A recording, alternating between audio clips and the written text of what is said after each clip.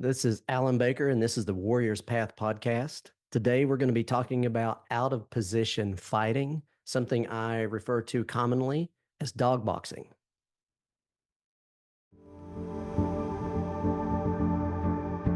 My name is Alan Baker. I am a lifelong martial artist. I escaped the system as a young man to follow my dreams. And along that journey, I forged a mindset of accomplishment. This allowed me to achieve things that even I didn't think was possible, and sometimes I look back and still am surprised at what I have done in life. On this show, we're going to talk about those things and the mind tools that I learned from my different mentors and how they can help you move forward in your life, separate from the system, and achieve great things.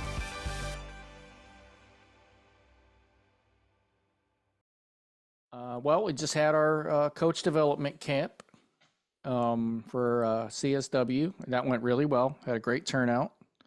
Yeah, awesome group. Yep.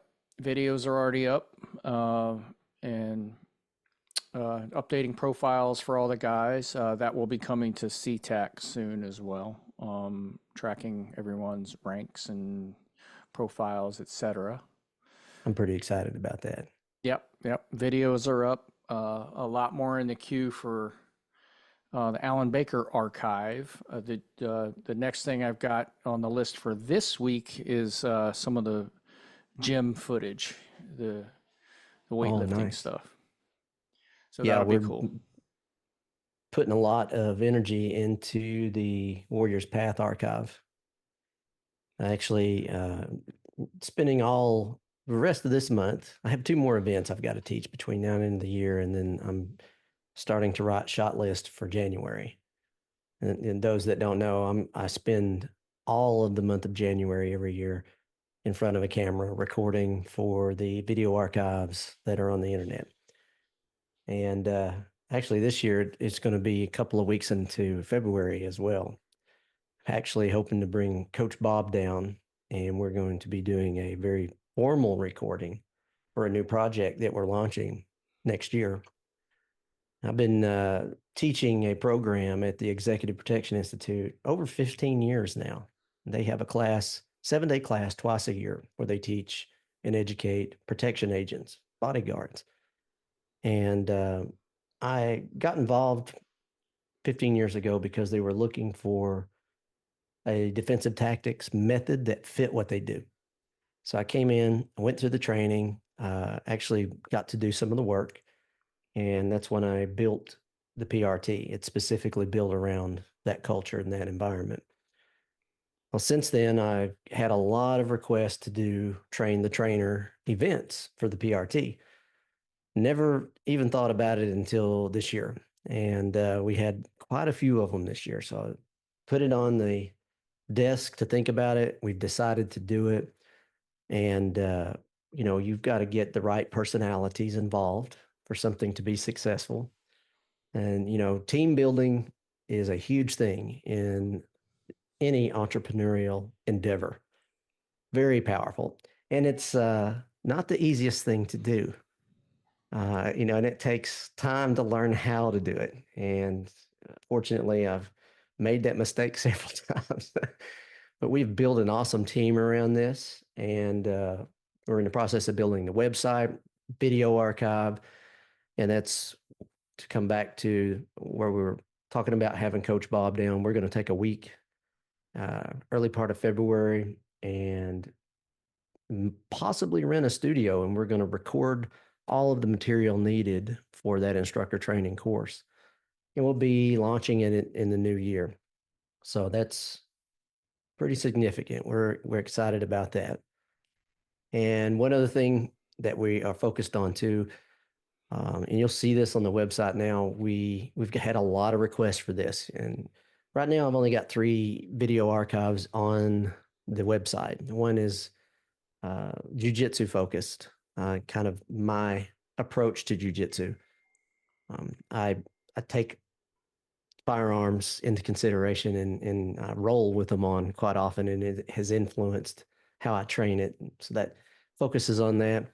The civilian tactical program, and as we mentioned earlier, the Warriors Path program. So I don't have a lot of things up there like specifically for Wing Chun, Jeet Kune Do, Filipino martial arts, Chinese boxing, and we get a lot of requests for. So it's another thing we're going to work on in the new year is we're going to be adding a new video archive and going to call it the Legacy Video Archive. And just to pay tribute to my instructors. I mean, I wouldn't be where I am now without the guys, the ladies who have taught me over the years, gave me guidance on and off the mat. So we're going to build this archive, and it's going to have the before mentioned systems in it, and that is going to be launching in the new year too. So we've got a lot of work that we are forcing ourselves to do, putting on the table. Yeah, definitely no lack of stuff in the queue, but recent developments in my workflow and technical setup has made me quite a bit faster with trying to get through that stuff. I'll spare you guys the geeky details on that, but someday, maybe for those who are interested in that stuff, we could do a little bit of behind the scenes work on how that works, how that stuff gets put together, and how to manage very, very, very, very large amounts of media and how to organize it, etc. Because I've learned a lot. I mean, I've been doing it for a really long time, but I've learned a lot in the last couple of years. And my archives got so big that it was breaking what I was using. I had to change my workflows quite a bit, and it's turning the Titanic around. It's not something you can just do like, hey, I'll just do that next week. It took a couple of years of, constantly working on these archives to get them in a position where you can, in a organized way, know where you are and then start releasing them and going, this makes sense. And it's a lot of stuff. And those of you that don't know out there, Bob's built video archives for some of the biggest names in martial arts. He's the guy behind the scenes that make the platforms run and make that happen. So It's a lot. That's all the nerdy stuff, but there are guys out there who are interested in it. I've talked to a few of them, over the years, and most people don't care. They just go make it work, and I want to see the stuff. But there's some nerds out there who are interested. Maybe someday we'll do a little bit of that for those guys. all right. Well, What are today we talking about today? we are talking about out of position fighting. And one of the reasons for the topic is because, I've been putting more videos out on YouTube. We're trying to share more information. And one of the things that comes along with that is questions and some crazy comments too. It's amazing what you get back in the comment section on YouTube. It's so much fun. But you also get, guys that really have decent questions and they want to know things. And I talk about on a couple of the videos about out of position fighting. This is a big area of study for me. And we've talked about in past podcasts about trying not to be systemized by whatever martial art you're studying. Sometimes, you can get belief systems ingrained into your nervous system, your brain, without even realizing it by the martial art and by your instructor. And sometimes you can pick up their opinions about that art, obviously. So I think it's important for me to have a tool to force me to take 1,000-mile view on everything I'm studying and ask myself, are you, systemized by that? Do all fights go to the ground? Or is that just, a thought pattern you picked up because you hang out in this environment with these people and you study this thing? And because it's important to have that 1,000-mile view because it can point out your gaps in knowledge. And sometimes you'll have an opinion of a system and this is what I'm going to do. I don't need anything else. And that belief sometimes is a comfortable place to be as human beings. It's like if I am nice and comfy in that blanket, I don't have to go out and realize what I don't know. That's kind of a cold, uncovered place to be, when you realize that I don't know anything about weapons fighting. And maybe I'm not a good pummeler or standing grappler. I know a few techniques, but I'm really not good at it. And having that exposed puts you in a position to make a choice, right? And man, those choices, those things, hard to swallow sometimes. Those things are not fun.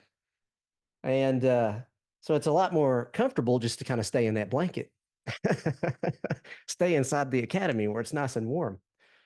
But, sometimes one of the other things that comes along with being in this industry is a warrior's mindset, and I'm kind of old school. I take that very seriously. I have certain codes that I follow, and one of them that I try to follow and helps influence the choices I make and how I live is a warrior's code. And part of that code is seeking truth and, admitting it. In other words, trying to swallow that pill of the things I don't know and doing something about it. So that's there's a lot of thought pattern. I could talk about that alone for a while, but that comes one of the things that created the area of study or the mind tool for me of out of position fighting. Now, I commonly refer to this as dog boxing. I've taught a couple of seminars, and that was the title of the event was dog boxing. And I always have to give credit where credit's due. I borrowed that term from the Chinese boxers. And I do think that there is a couple of Chinese martial arts that also use that terminology. So, like everything out there, more than likely somebody at some point has thought of it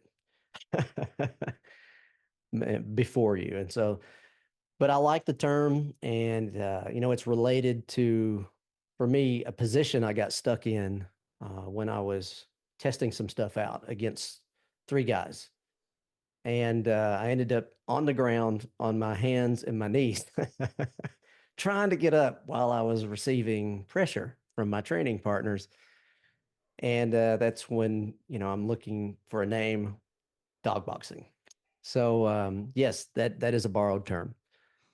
Well, the concept is out of position fighting.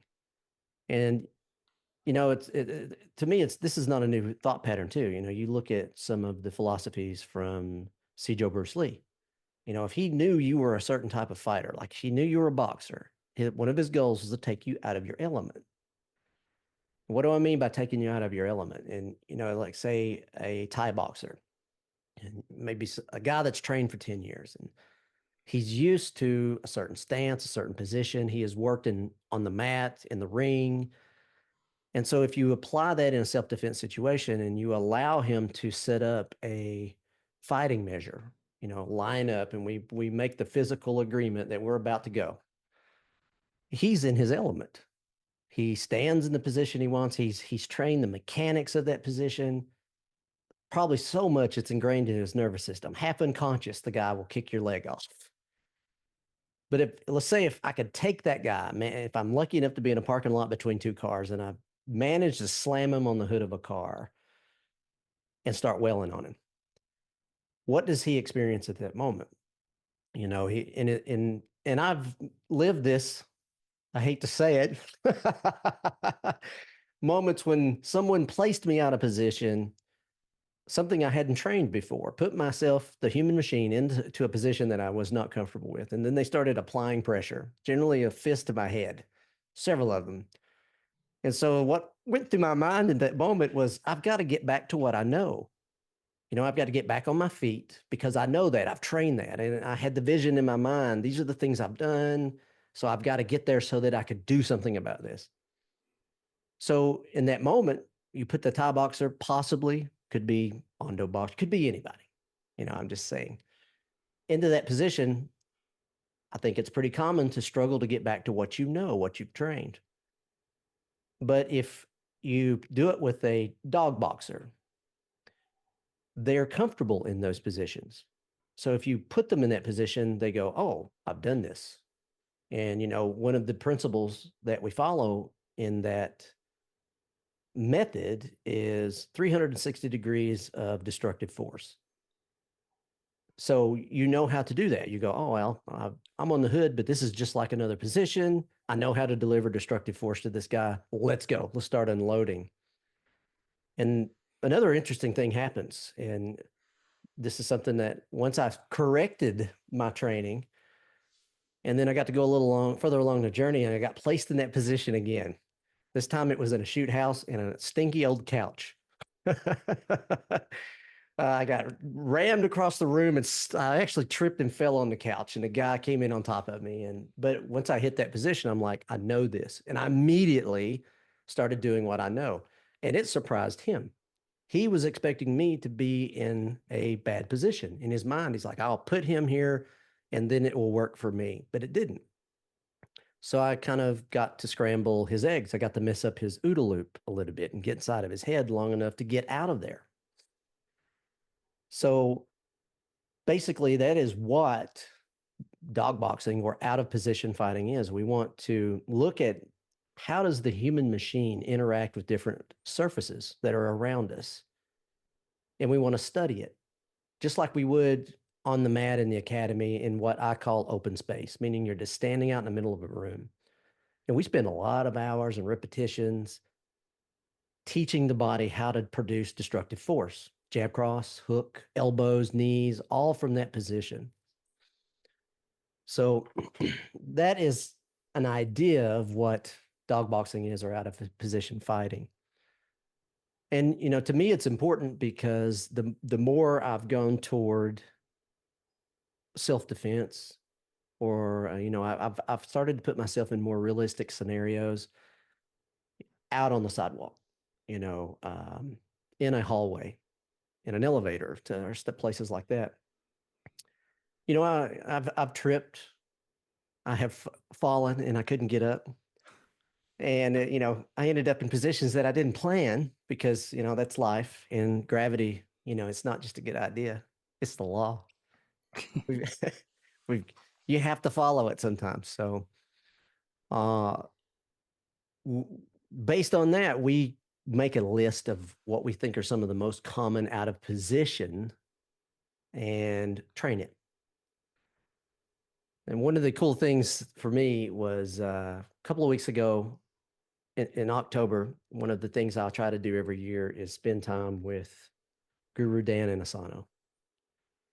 And he has an instructor camp, and I try to get the team together, and anybody that wants to go, all your friends, and go visit Guro. And if you don't know who he is, you need to look him up. He is a legend. I'll quote someone. Is a really good statement, is there will never be another Dan Inosanto. He has a mind for martial arts and combat that's second to none. So anyway, a couple of weeks ago, we were at the academy, we're training, and we're going through the more normal routine. And Guro says, "All right, I'm going to mix some things up for you." And so he gets the old shield pads, like the ones you hold, kicking pads, big ones. And he's got this big pile of them next to the wall.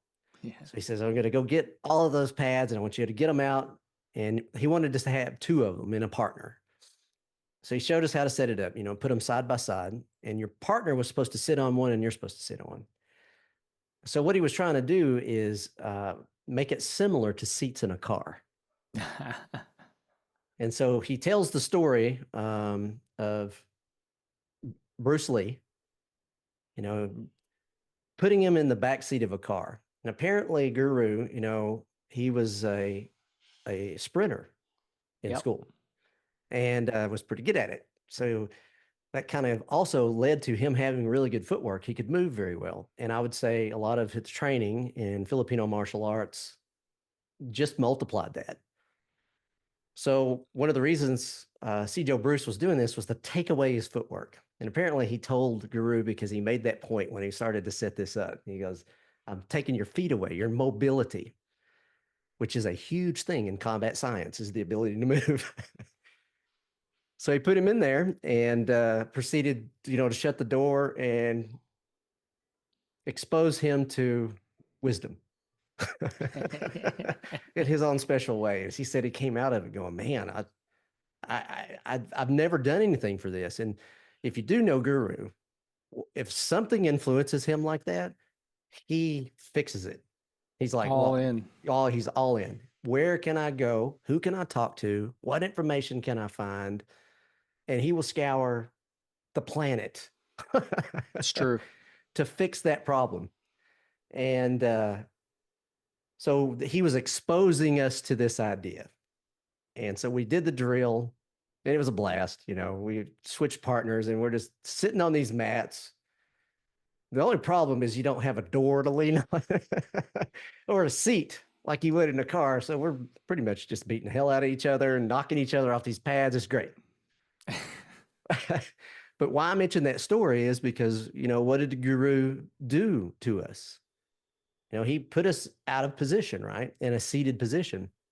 And we didn't get to go in the vehicle, but if you train this type of thing, and I'm very fortunate that, I started training this idea 17 years ago, and it changes a lot of stuff. And, even if you're not in a car, if you're just sitting on your butt in the middle of the mat and you go, there's a guy next to you and you say, I've got to punch this guy. You should try it. You can't really hit him that hard. All you've really got is just the power that's in your arm. So, unlike standing, if I stand up and I hit you, I know that I can multiply that force at least by 4 or 5, just due to my training. But what problem does that present? It's like, I've never learned to deliver destructive force sitting on my ass. I've not studied how to put my foot, how to mechanically move my body to do that. So totally, and I've been doing this for a while. You get 40 something years in, you're like, I got it. I'm good. No, damn, I got to start from ground zero here. And so and what was super cool, I've done it, which is why we're having this conversation, but I got to be in a room with a lot of guys who you could see the look on their face. They had not done that. And they're starting from that ground zero. The cool question would be, what did they take it and do with it? Mm-hmm. Or did they just go, nah, I'm good. I'll just switch position. I hear that a lot I'll just go to the ground. I'll just lay over into what I do in grappling. And to me, that's kind of a cop-out. And it's not that you can't do it. You might be such a good grappler, someone pulls a knife and I'll jump guard and drag them to the ground and maybe I'll do something. As opposed to learning how to use a knife. Well, even with that though, it like those like weird angle shots like that you're talking about. You just look at the UFC. Look at some of Erik Paulson's old fights. There's these little weird, it looks stupid, but you can't, like, he's holding somebody down with his legs. His legs are doing something else. And if you look at guys up against the cage too, like you can look at it all the time, like in the cage, and they get in these weird positions, these little stupid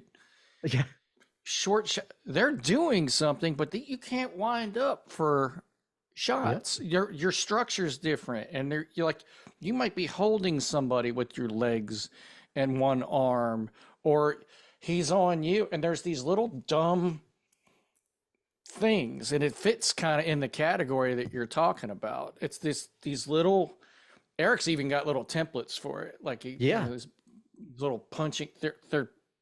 They look stupid, but what are you going to do? Right. And you start adding in weaponry.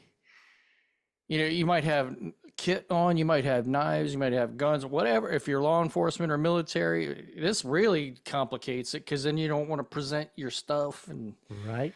It becomes a really, it's an interesting problem, but I mean, you're back here and winding up. You're not going to be able to do it. All these little things and eye pokes and thumb rakes and things like that start coming into play. It's a if you haven't thought of those problems, holy crap! Somebody just took away your whole game. Your big right cross or your big elbow you're going to throw. I mean, you might get little ones, Yeah. but the out here ones, you might not get them. And you can look at even without all the kit things and all that, and it doesn't have to be street. You can look at somebody pressure testing this constantly, watching MMA fights. When they get all tied up and it's just, I mean, you might get thrown if you try to wind that up. Then they're in on you and they're going to toss you on your head. And it's a major thing you have to think about when the rules kind of start going out the window. So sorry, I didn't want to jump in there. It's you can literally see it all the time getting pressure tested. They look stupid, but they're not. That's all you can do. It's these little stupid shots. And I heard the other day someone go, well, because we're talking about this, and with one of the gentlemen that had the question, it's the limitation of traditional martial arts is what he said. And I go, I don't know. I think it's limitations in a thought pattern. I don't want to blame it on traditional martial arts. Because sometimes when we do that as warriors, we go, well, the traditional stuff, I'll just put that on a shelf. And I have a philosophy I follow too that's called system as a source. And we talked about earlier is taking that 1,000-mile view, but you still have to have methods and systems to get information and knowledge and find truth. So to build what you're putting together for yourself and answer questions. And the traditional martial arts has some incredible stuff. Absolutely. Yeah. And they also have some very deep training methods. We've talked about this in previous episodes. You have, and this is how I teach it. You have technique, you have attribute development, and then the third layer to that cake is body state development, the state your body is in when you apply stuff. In other words, control of the level of tension that is inside your body when you push a door or a car or punch somebody. And it has a huge effect on how good you are. And the traditional martial arts, old Gung Fu, those guys, they train that a lot. They have ways to improve it. So anyway, it basically comes back to open space training, like in the mat in the middle of the academy, or real world scenarios, unexpected positions or locations. So some examples of that is like a crowded bar. I had a instructor introduce me to this in London one time. I was over training, and he had actually rented a bar to train in. And we had a large group of guys, and we got in there and just started. It was a free for all. Oh boy. Oh, it was educational for me because at that period in my life, I was like, I'm a jiu-jitsu guy. I know this stuff. And I ended up on the ground between, I think, the bar and a chair that had fell over. That sucks. And like 3 guys who had planned to get me. They were like, that's it. Alan, he's from across the pond and he thinks he's a jiu-jitsu guy. We're going to get him. Get swarmed. And I didn't know this time. I found out afterwards. But, bad guys make plans. Yeah, they do. Not saying those guys were bad, but it's like they had made a plan and we were friends, but being underneath them and getting kicked and booted in the head and couldn't do anything was an experience for me. To the point where I remember this story and I'm telling it now. I got up and was like, I'm never having that happen again. Yeah, I'm fixing this. So crowded bars, cars. Do you remember the old Boss Rootin' video where it goes, "Oh yeah, don't do that to me"? Sorry, it's just that's fantastic. We mentioned cars earlier. Statistically, how much violence happens in and around vehicles? In the bodyguard industry, it's a huge study because when you start looking at assassination attempts and different types of levels of violence, it happens a lot around vehicles because you are vulnerable in that moment. You're in transition, and the bad guy knows that. He takes advantage of that. So the guru's thought around the car, and we do that a lot in C-TAC. We actually have a whole phase that's named after fighting in and around vehicles because it's common, and it's getting more common, unfortunately, because a lot of the safety systems that they're putting on vehicles now. But not to get off topic, but I have a tactical training business, and I train a lot of law enforcement protection agents, and that business is good. And one of the reasons is because of all of these safety mechanisms they're putting on vehicles. Because a protection agent, if he's protecting a client, or if it's my family and something happens in and around a vehicle, they try to block your ability to take off and take advantage of you being out of position, basically. One of the ways you get out of there is you floor it and you'll push through the problem and get off the X. But with a lot of these safety systems, you can't do that anymore. The car won't budge. I rented one time, particular electrical vehicle, and when I was in LA for a client, and I was like, first time in it, and I had a cone in the parking deck. So I said, I'm going to put the cone in front of the car and to see if I can run over it. It wouldn't let me. Wow. Yeah, it's like would not drive over that cone. And for me, that's a problem. I mean, for Yeah, most right. people, it might be a good thing, but I'm not a fan. So Wow. you put those things in the protection industry, and they have a client in the car, and someone's trying to get to that client. They know there's many ways to just disable your vehicle now. So you have to get out and deal with the problem. So that has led to the need for that information, where previously it wasn't a problem. The gas pedal was the fix. Yeah, sometimes the worst thing you can even consider doing is getting out of the vehicle. Yeah, it's Uh, not a good position to be in. yeah, and then I'll have questions on that as well. When you get into that area, okay, so you do have knife, gun, whatever, but have you trained how to get it out and have it available to you when you need it? Your seatbelt's on. You might have a coat on. You might have a vest on. Yep. You're in a very confined environment. Also, even if you do get it out, who else is in the car? Are you gonna flag them? Are you gonna have shell casings hitting somebody and going down their shirt, like, and just the sound of it and all those kind of things? Are you going to start firing inside the vehicle? All those kind of questions. Uh, have you thought of all those things? And it's not the movies. You just, hey, pull the gun out and start shooting it through the windshield and all. No, you got other people in there, maybe. Yeah, that Even if stuff's it's the not people fun. you're protecting, it's just all kinds of stuff like that. Just better to have thought of it at least a little bit ahead of time before thinking you're going to do your John Wick moment.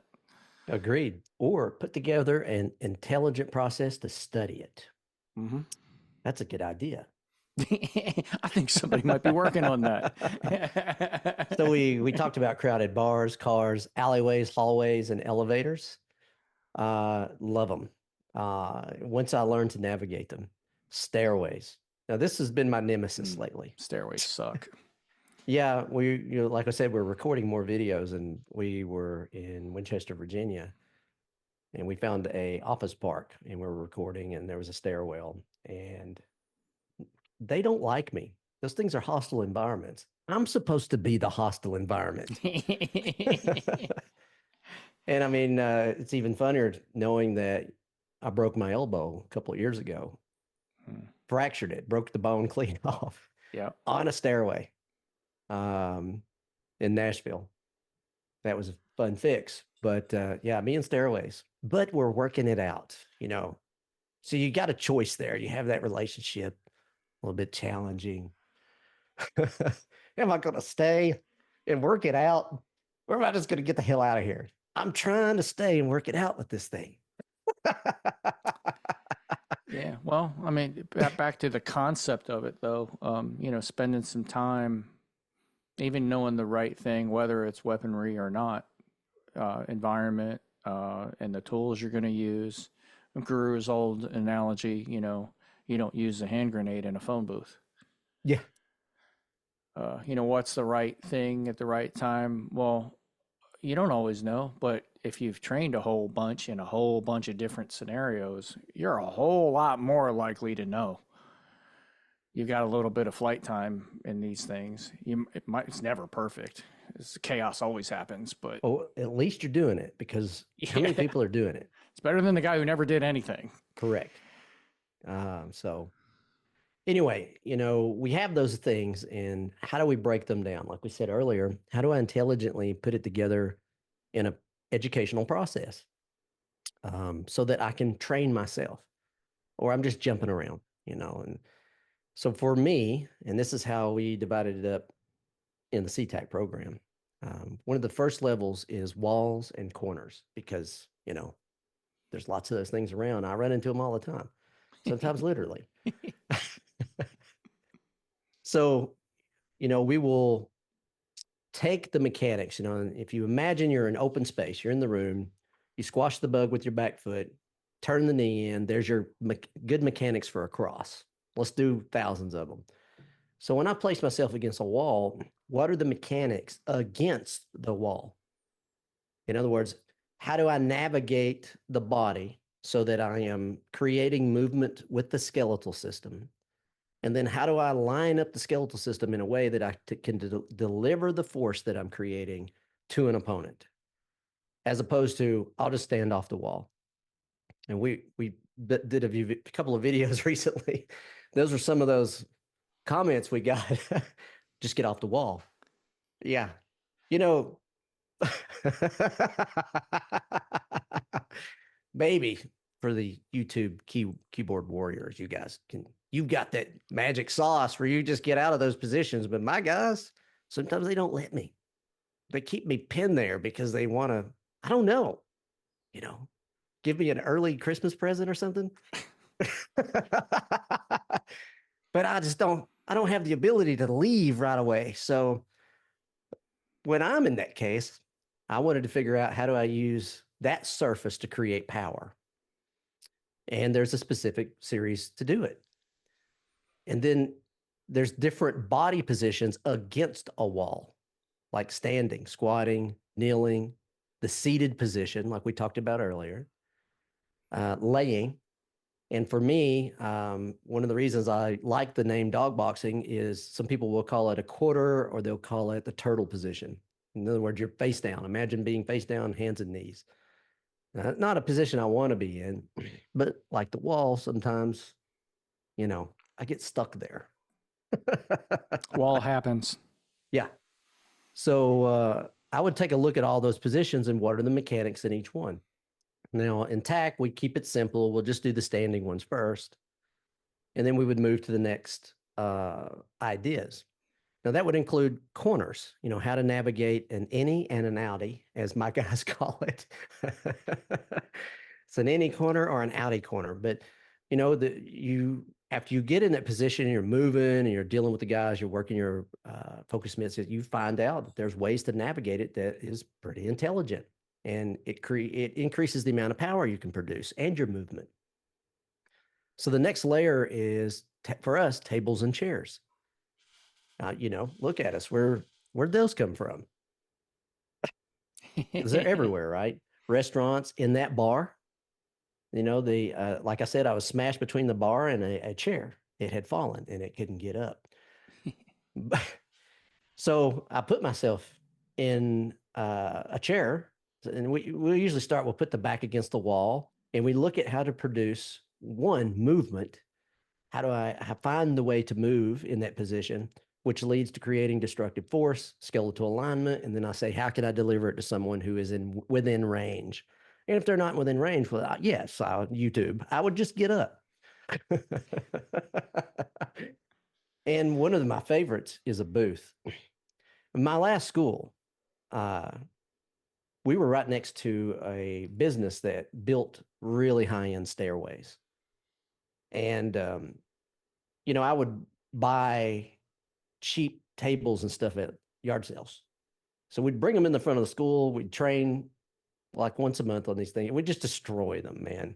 And so we would take them out the back of the school. It was a warehouse, and we'd put them in the dumpster. So after a while, the owner came over and he's like, what is going on with all this furniture? So I explained to him what we do. I go, well, we train on these chairs, we train on these tables. I don't know if you remember this. So he built me some training tables. Man, these things were amazing. We trained on those things. I know for at least 5 years before we had to move and didn't scratch them. They were heavy duty. One of the things I hated letting go when I had to move this last time was that furniture, but I had nowhere to put it. And, we had the wall of violence in the back of the school, and that's what we do, train on them. And we found an old booth one time and trained in that booth for maybe 2 or 3 months. That was a terrible experience. I'm not a fan of booths. You go to the restaurant now and they're like, would you like a booth? I'm like, no, I'm not a big fan of booths. Not for shooting, not for fighting, not for eating, all the things. But anyway, that's the next label. The layer of that is taking a look at adding in tables and chairs, the seated position. And obviously, there's a lot more ideas, benches. We had a training bench that we'd put in, and we ended up going around that office park where we used to be. And all the places we could find to sit, we'd train on it.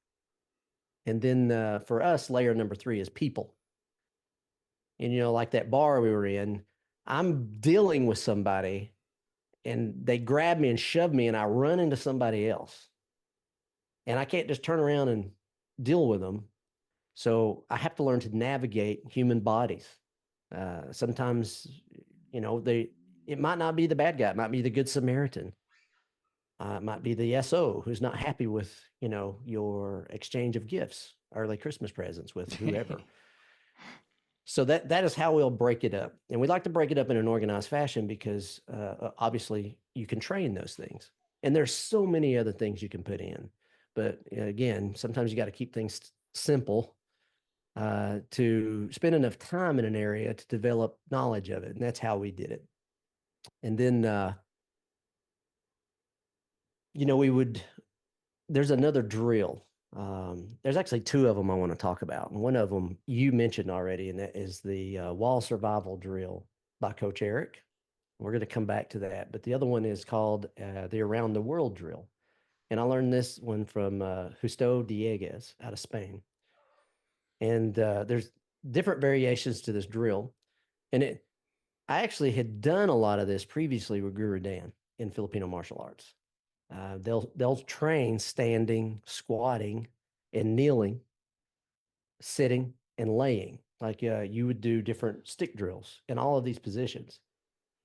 So the series I like is standing, squatting, kneeling, the seated position, laying, and then the turtle position or the quarter position, depending on what you call it, and the variations of it.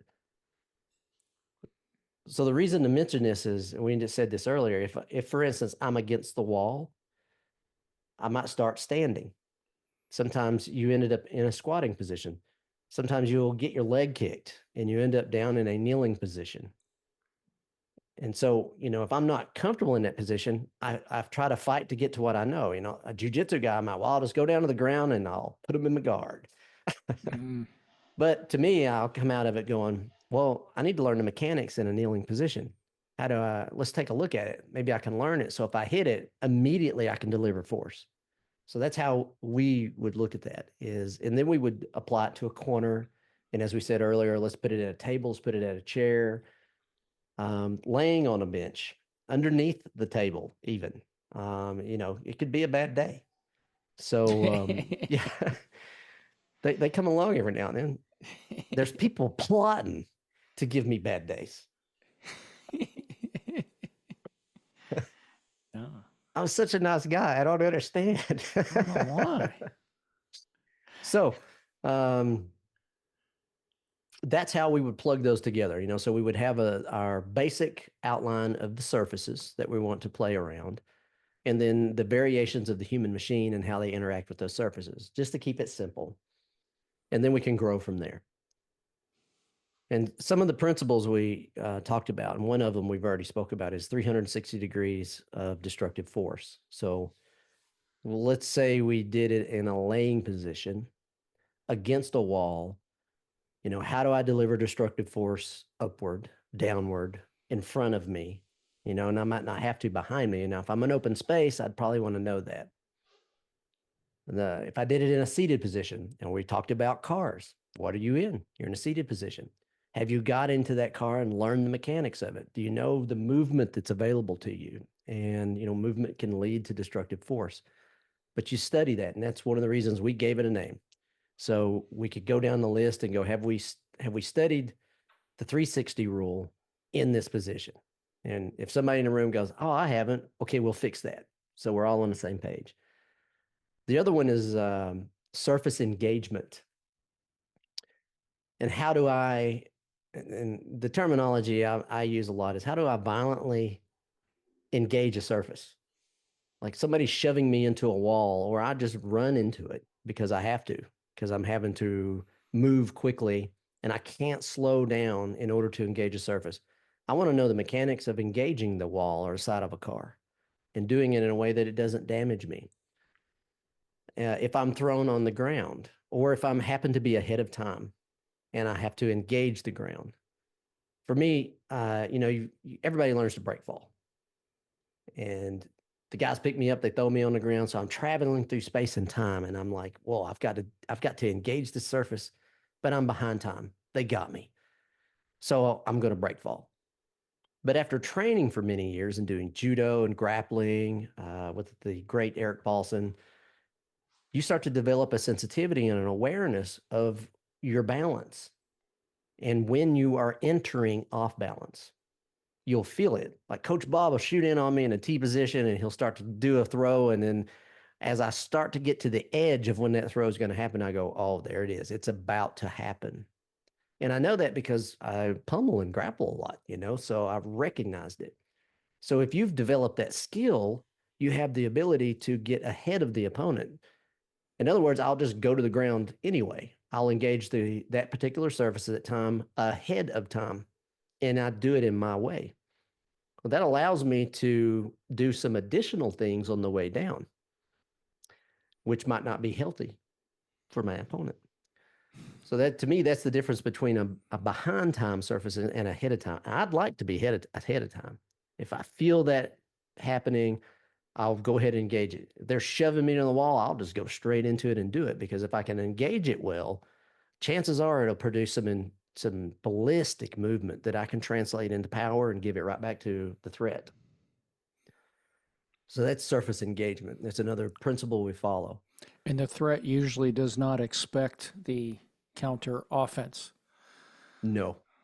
Like, whoa, that's not what usually happens when I slam somebody up against the wall. Now they're back at me worse, taking the initiative.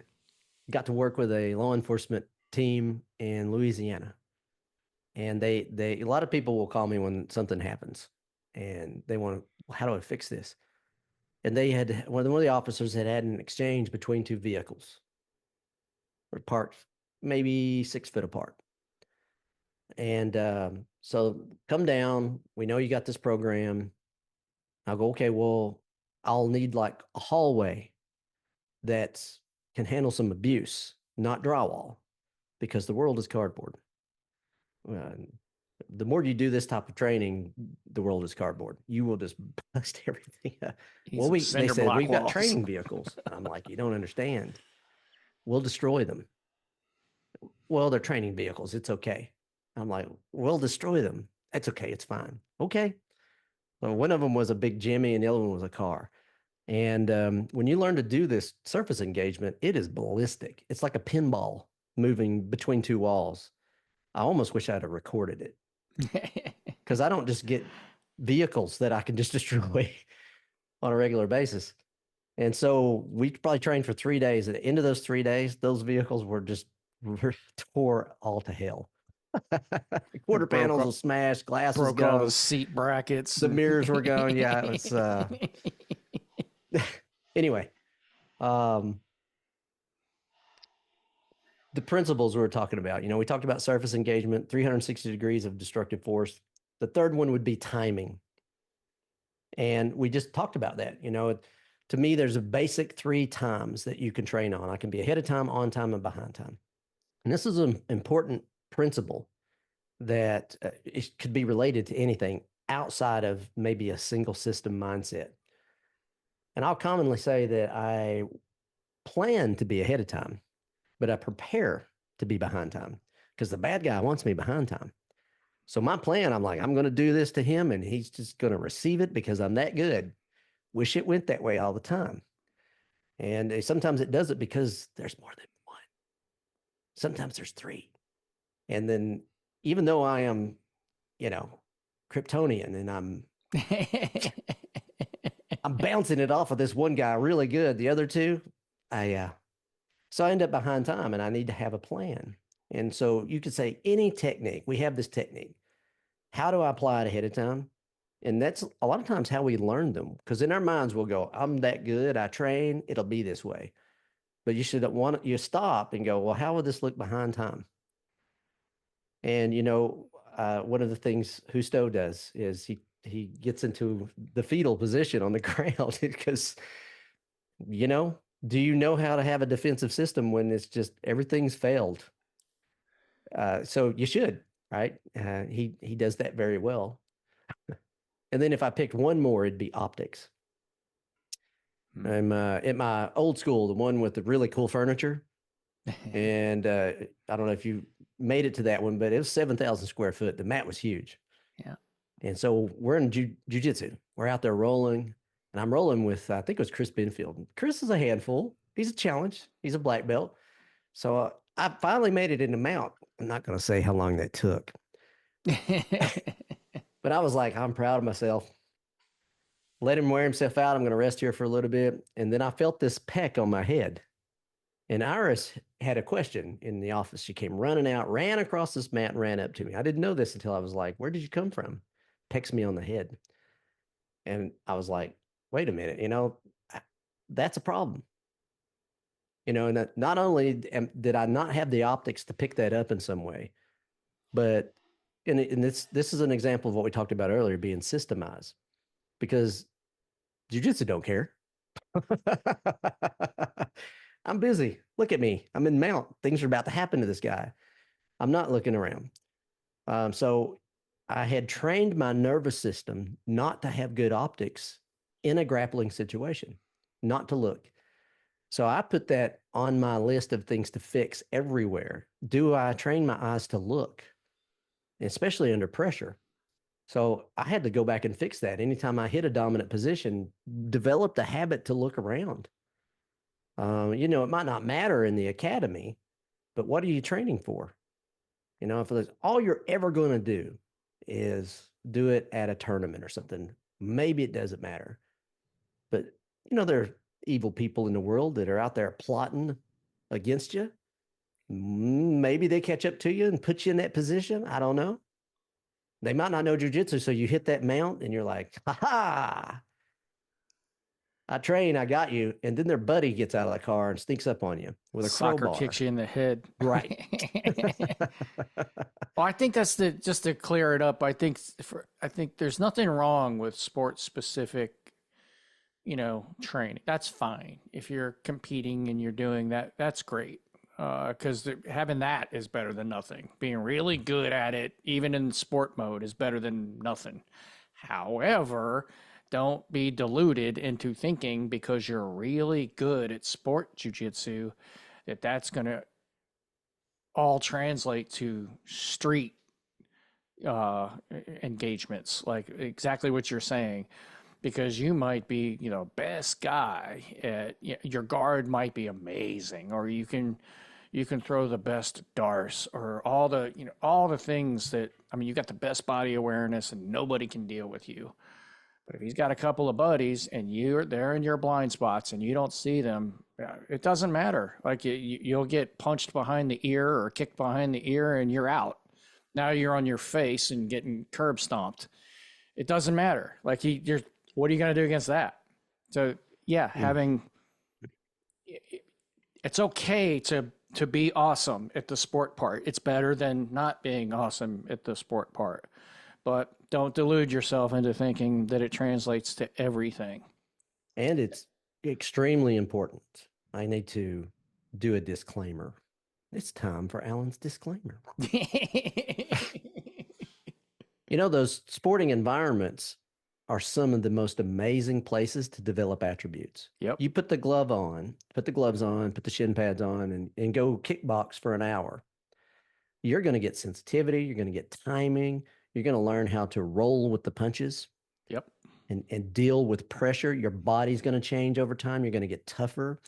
You're going to be able to, your decision making while getting punched in the face improves. Yep. And you can do it in a safe way, as long as you got a good partner. And then you could go and knife fight. You could go and pummel and hand fight for another hour. Same thing. So sometimes you'll see in the combatives community, the opinion of, well, I don't need that. I'll just Sure. do this. I'll just do that. I'll do A, B, or C. And they don't spend time in those environments. And you should. Sometimes we're like, my grass is greener and I'm just going to stay over here. No, you should. At least take those elements because there's such tremendous information in there. Wisdom. Wisdom comes from fucking up. So, Yep. yeah, it's a great environment to screw up. Trust me. Absolutely. Yeah, couldn't agree more. I mean, do you remember the old story? It happened. I remember Alex Gong. I think this was it the early '90s, or I don't remember when it was. It might have been the early 2000s.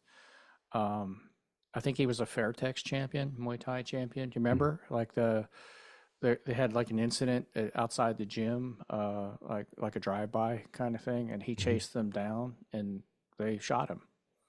This was a champion Muay Thai fighter, and that's what he knew to do was his Muay Thai. Yep. And he chased these guys down, and they shot him. In his mind, they could not have in any way dealt with him hand to hand. They didn't care. They just Bad killed guy him. don't care. Yeah, they killed him. It goes back to the beginning of time. The caveman picked up a rock or a bone because he wanted an advantage. He don't care. Yeah. And originally combat science was, in my opinion, and my study was built around weaponry.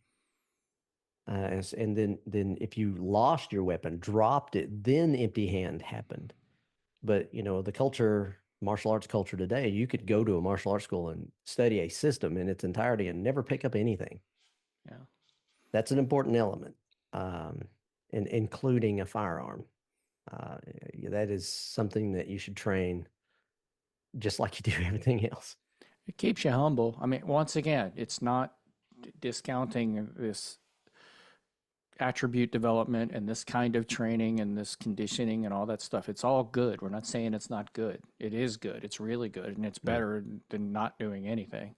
But sometimes there's a delusion that if you're the best boxer, if you're the best kickboxer, if you're the best grappler, you can handle anything, and that is not true. Yeah. And I've had the comment a few times too. Well, it's just nothing you can do in that situation. And a lot of times it's around multiple opponents. Well, you just nothing you can do in that situation. So I'm like, so you just choose not to train? You're just gonna just give up and not look for an answer or not have something? I mean, I don't know about you, but I'm a fighter. I'm a warrior. I'm gonna go down doing my best to return the favor.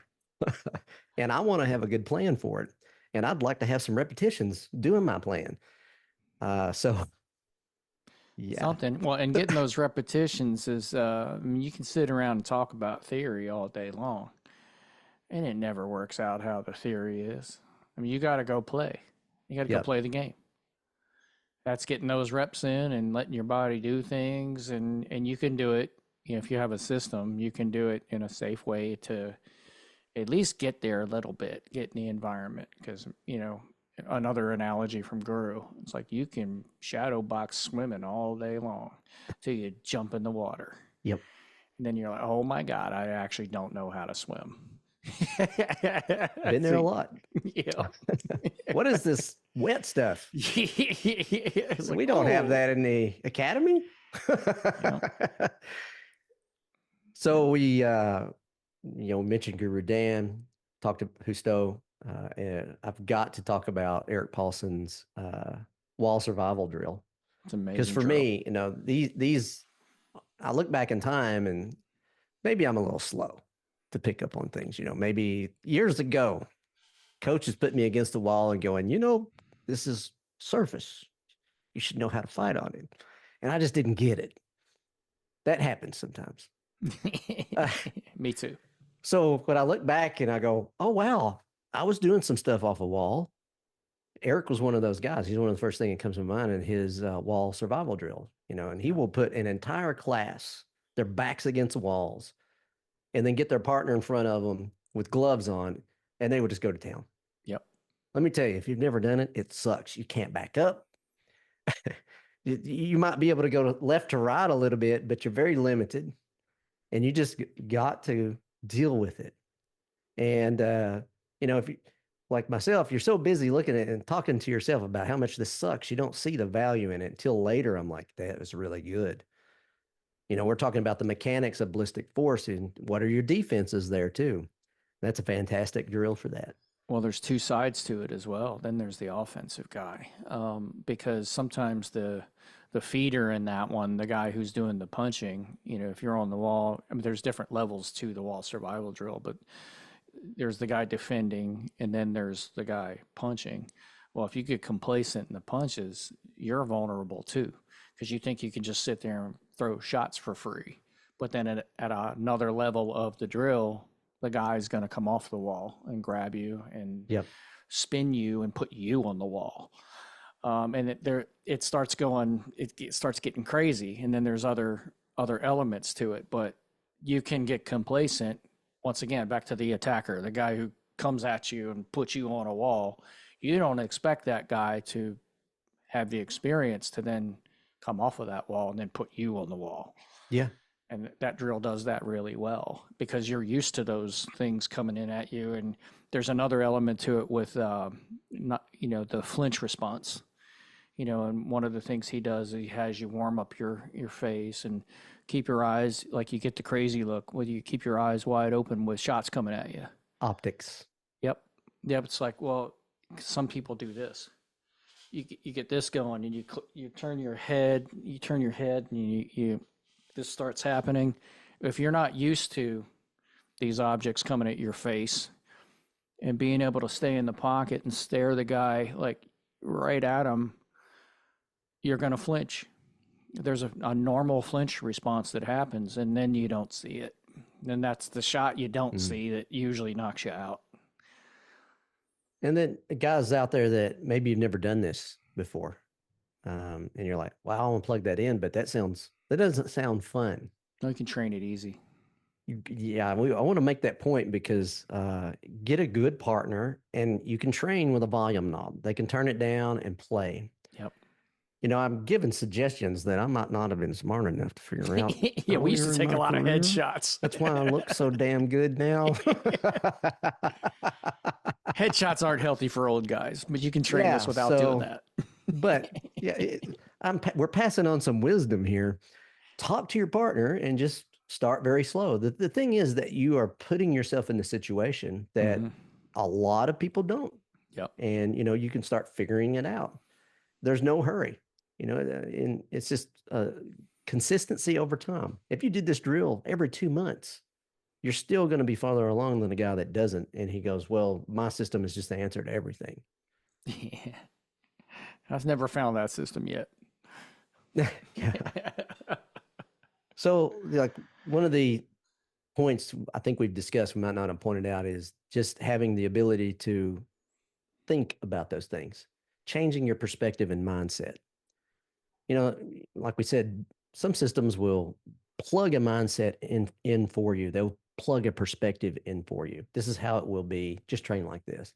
So it's important to back up and have a perspective of how would this look on a sidewalk? How would it look in between two cars or between a car and a gas pump? in a doorway, elevator, hallway. And that takes a little bit of a shift just to ask those questions. Yeah. So that's one thing, is the perspective and mentality of it. And then, the situational idea that we talked about. I have certain ones that I follow for C-TAC. You could build your own. I mean, that's what we did. We made our own list so that we could keep it simple and organized, and then look for those gaps in knowledge. I had several that I thought I had. I've done a few systems, and I thought, well, I've got to cover. But no, I had to end up later going, well, I don't have this. Let me look around. Oh, this guy does something pretty cool. I'm going to go look, see if it fits in. Maybe I can plug it in the spot I need that information. And just considering realistic application of what you do. I have another thing to add here just a little bit, like on the environments thing, and it can be an entire other show, and you may actually have something in your list planned for that in the future. But just throwing it out there, just to briefly touch on it, in your home, um, have you practiced what if? Because we had an incident here about a week ago in a town right next to mine. Someone came in and attacked an 85-year-old lady and almost killed her with an axe. And the husband went and got the gun, etc. And I won't go into all the details on it, but have you thought of that scenario? What if somebody does come into your house? And I'm not talking about being a paranoid, crazy person, like, oh my God, I'm gonna, getting all wound up like that. But if that does happen, if you have a spouse, have you talked to your spouse about what do we do? Do you have a place to go? What's your call the police plan? What is your make sure that people are out of the way plan? And we're back into these environments. What if you wake up and there's somebody standing right there over your bed? What if somebody's right outside your door? What if you hear them coming up the stairs? What if you're just eating dinner and someone walks around that corner of your kitchen? Or what if somebody's at your door kicking on that door? I'm just saying that those kind of things actually do happen sometimes. Have you thought of that a little bit? Like your home system, because those minutes or seconds are kind of precious, and just call the cops isn't good enough. Yes, call the police, but what are you going to do in those 5-10 minutes that it takes them to get there? Ooh, If it's someone national really average is 45 right now. 45 minutes. 45 Yeah, what are you minutes. going to do with someone trying? I didn't know that. What are you going to do for 45 minutes if someone really wants to come in and get you? Have you thought of that at all? I hope you have, but it's pretty terrifying. Makes me think of a good friend of mine, Jason Redman. I don't know if Jay's listening to this right now, but I'm about to talk about you, but in a good way. Ex Navy SEAL, thinks about that a lot. I will say this: if the bad guy's listening to this podcast, the one home you do not want to break into, Jason Redmond's home. Yeah, unless you just want to get it all over with. That guy has thought about shooting angles and everything. But it makes me think of Jay. Very prepared for that. It teaches that, actually. He has an event that he teaches 2 or 3 times a year, Overcome and Survive, and that's one of the topics at that event, is thinking about that and how to build that plan. So it's another environment where, I mean, you're supposed to be safe in that environment, but you're supposed to be safe in most environments, and it doesn't always work that way. Not trying to turn you into a paranoid, crazy person who, oh my God, I don't want anything. No, but it's better to think about it at least a little bit than to just ignore it and say, well, no, that's never going to happen. But what if it does? you know? Yeah, one of my instructors at the Executive Protection Institute, or I got to call him instructor. He would say peer, but he says it's easier to know what than when, or no, I'm sorry, easier to know when than what to do. So the fact that you just put some thought into it um, ahead of time gives you an advantage. And I mean, yes, you can take a lot of the ideas and plug them in to the level that you're comfortable. My perspective is being a warrior, and like I said earlier, I'm old school gentleman, and I believe in the warrior's code and being the guy that steps forward. I've seen incidents when stuff happens to people, and there's 30 people standing there recording it with their phone, Mm-hmm. and none of the dudes are stepping up. Nobody steps forward, and that's for me. That's what I want to be. I want to be the one that's ready to make the move and step forward, Mm-hmm. Yes. and I want to influence other people to be that. I want to produce other warriors. It's one of the mentalities around the Warriors Path program is come walk the path. We need more of you guys willing to step up when it counts and put in the real work. So Well, and you can learn that too. You know, different people are wired in different ways. Like I would consider myself a pretty passive person. I've trained to not be that way, like in situations like that. Hopefully, that like it takes me a second. Like my initial reaction to most things is, I mean, that it's a lot like slower these or quicker these days to switch on. But my natural state of being is pretty passive, mm, and I think most people are that way. Like you see things you can't believe it's happening, yeah, but this kind of training can help you with, because guys like me is what this kind of stuff this helps guys like me. Some people are just wired to go, like my training partner Alan's wired that way. Erik Paulson's wired that way. Like it wouldn't take much, they're just ready to go. My training partner Steve is like that. He's genetically wired to just jump in. It doesn't matter, click, he's ready to go. Me, like I have had to over the years train that response, mm, because usually it took me getting hit once.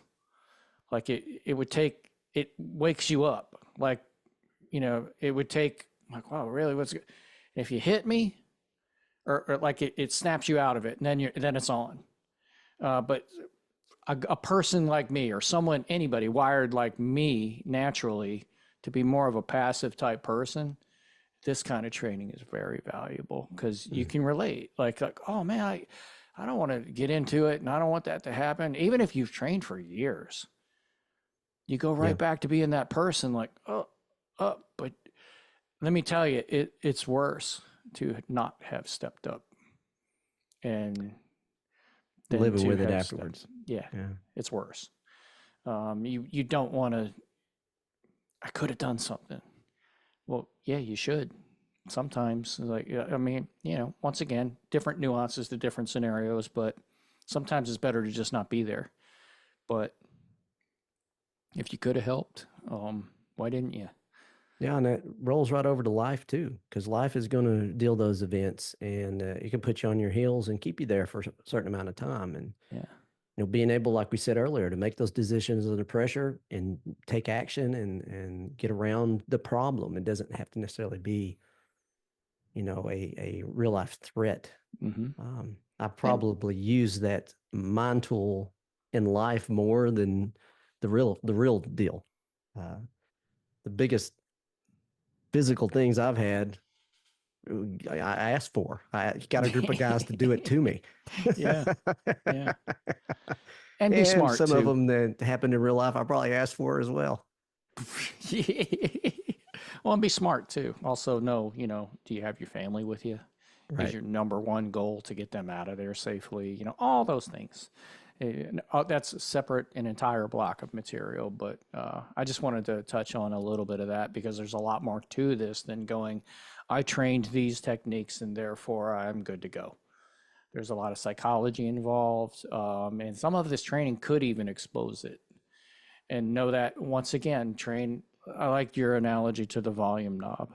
You can safely and even mentally safely go there if you have a trusted environment to train in, Mm. and just experience those things a little bit. If you haven't been put in the environments that will expose those things about yourself, I mean, it's a brave thing to do, to go, oh well, maybe I'm not as ready as I thought I was. I'm the guy who does this stuff. It's like, yeah, but have you ever had a really big guy really threaten you, or a group of guys really threaten you, or whatever, somebody really stick a gun in your face and you could freeze. Yeah. You could not be as ready as you think you are. I'm not telling you to go out and try to be a Navy SEAL, but know what that feels like, and then that shutdown thing is less likely to happen to you, and you can get out of there safely, or handle the situation safely, or even help someone safely, or assess the situation and get your family out of there safely. Mm. Lots of stuff, lots of elements to this stuff. And we're drifting into other topics, but we were just supposed to talk about dog boxing, but it does drift into these areas that it can be pretty important. All right. Well, that's all I had today. Hopefully, that will put some information out to answer the questions for you guys out there that was asking about that particular training and material. So move forward and shift your perspective. Take action. Take some massive action and lead yourself to greatness. Thank you. Take care of yourself, guys. All right, guys, just a quick break to say if you are getting value out of this podcast, give us a like and a subscribe. Also, if you think what we're covering would be valuable to someone else, please share us with them and help us help other people. A lot of the information that we're talking about today comes from a system that I teach called C-TAC. If you're interested in more information about that program, you can find it on my main website at Sifu, Sifu, Allen, ALAN.com.